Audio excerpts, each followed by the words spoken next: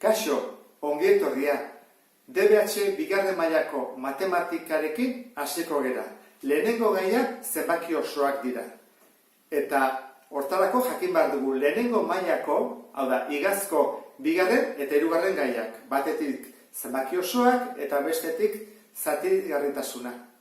Eta zer handuko dugu lehenengo gai honetan?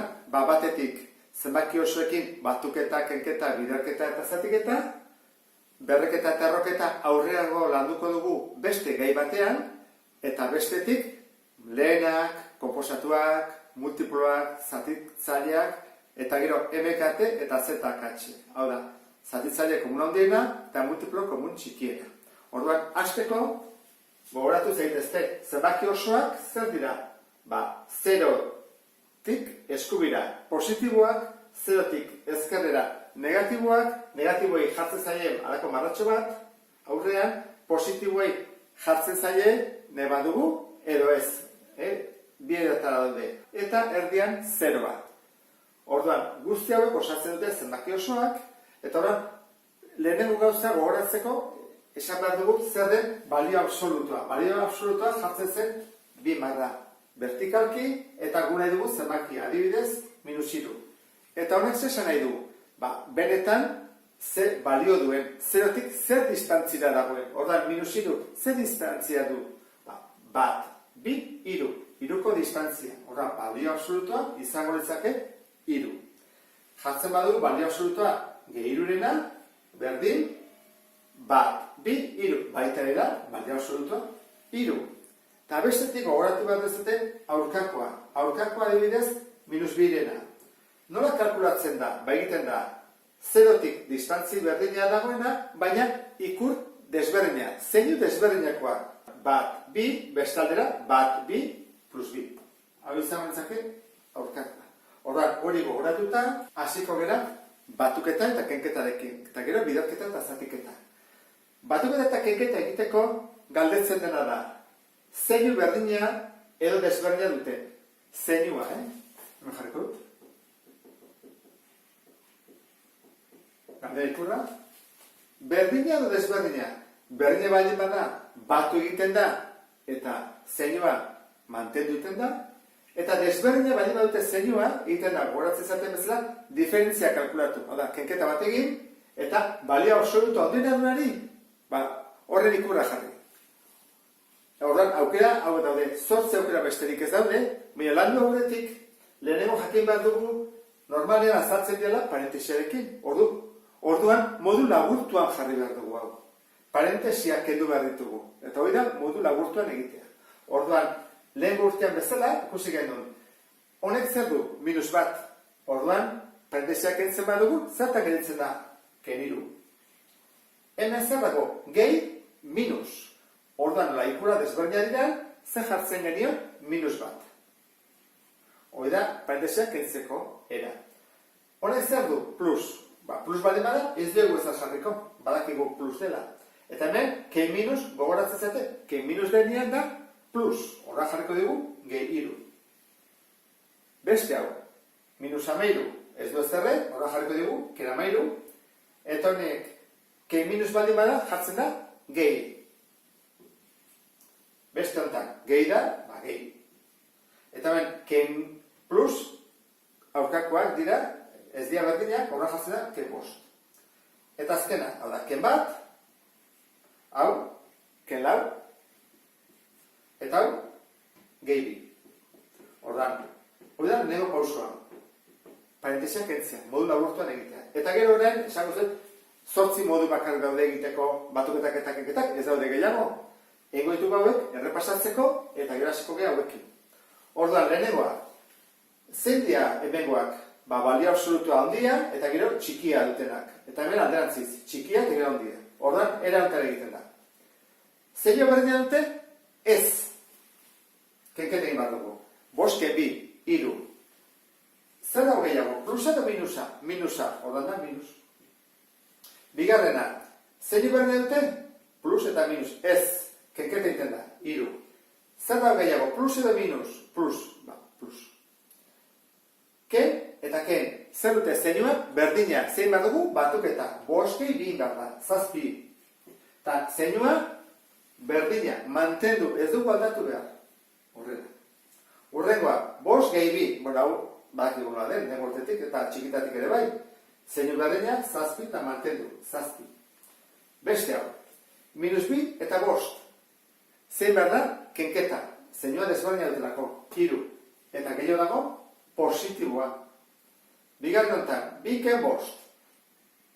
Zeinua dute kontrakoa, ezta? Plus eta minus. Kenketa egin behar da, eta zara gehiago, negatiboa. Biek ikur berdina, batu behar da, eta ikurra mantendu, edo zeinua mantendu, eta azkena baitane. Hora, hori jakin da, hauek errezingo ditugu.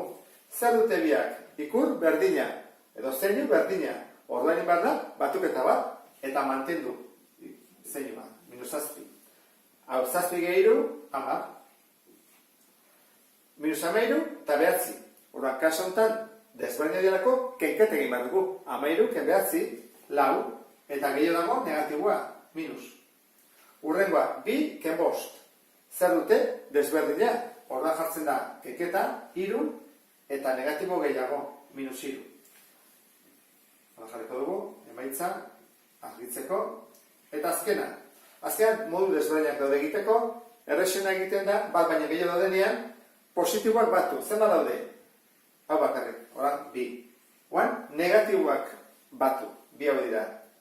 Ikurra berdina dute, -1 eta -2, Ja egin dugu. Positiboak eta negatiboak. Eta orain, diferentzia kalkulatu behar dugu.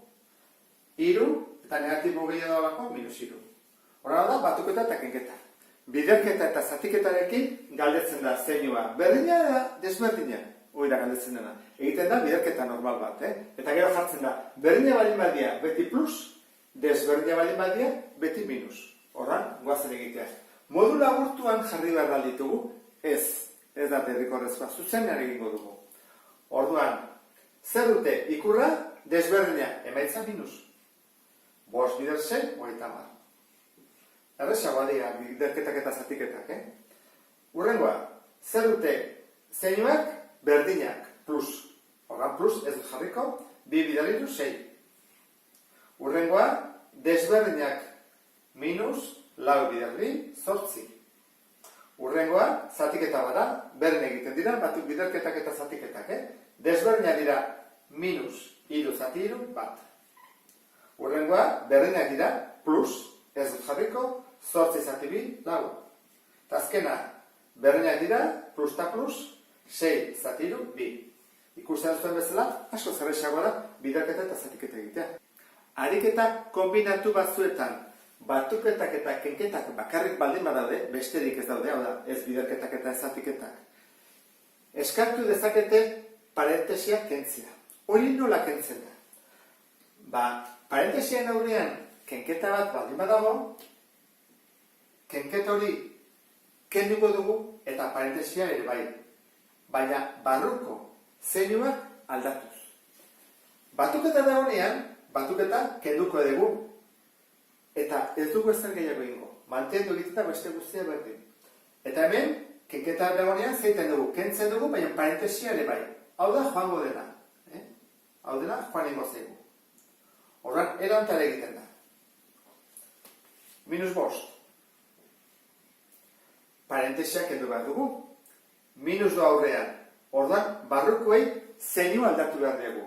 Honek zer du hementxe kenduta hori plus, ordan jarriko dugu, minus. Honi, minus. Honi, plus. Ikurrak edo zeinuak aldatu dizkiogu.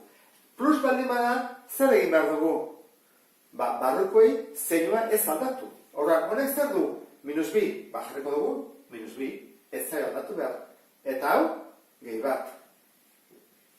Hauei ez diegu aldatu, eta bai, bi hauekin ze gertatzen da. Ken bat dago, orduan, parentesia kenduko dugu, ken hori ere joan egiten da, eta barrokoei zeinu aldatu behar dugu. Minus bat da, horra jarri behar dugu, plus. Eta plus hori bade bada, minus. Gogoratu, joaten da, aurreko ikur hori, ken edo gehi hori, parentesiarekin batera. Eta barrukoen zeinua jartzen ditugu bakar-bakarrik. Horrak, hau dugunean hain luzea ez gehasiko egiten minus bost, kemi, eta atatzen da, kemiru. Eta gero, bost batu. Egiten dena da, lehen urtean bezala, positiboak hauek ditugunez, batu beren artean. Zeinu berdina, batu. Horra, bost, gehi bat, gehiru. Bost gehi bat, sei, gehiru, bederatzi. Horra jarriko dugu, bederatzi. Eta hor, minusak batuko ditugu. Dugula, bat, beste bat, hemen beste bat, eta hemen beste bat. Horra, guazik ustea. Batu egin behar dira, minusa direlako. Bost, gehi bi, zazpi, gehiru, amar, amabi, amairu. Horra, negatiboa ditugu, amairu. Eta bari ikusten ez da, oso horrez kalkulatu ezakegu. Zer egiten da? Zeinua ez dutelako berdina, kenketa bat, lau. Minus gehiago daudelako, plusa baino. Eta horrekin, bukatuko genuke batuketa eta kenketakin egiten ditugun ariketak. Horrean fantazegu ereketak kombinatuak, baina nahastuagoak. Horiek dira niretan zailenak, baina nik uste dut errez egingo dezutela azkenean. Gero arte, ondo izan.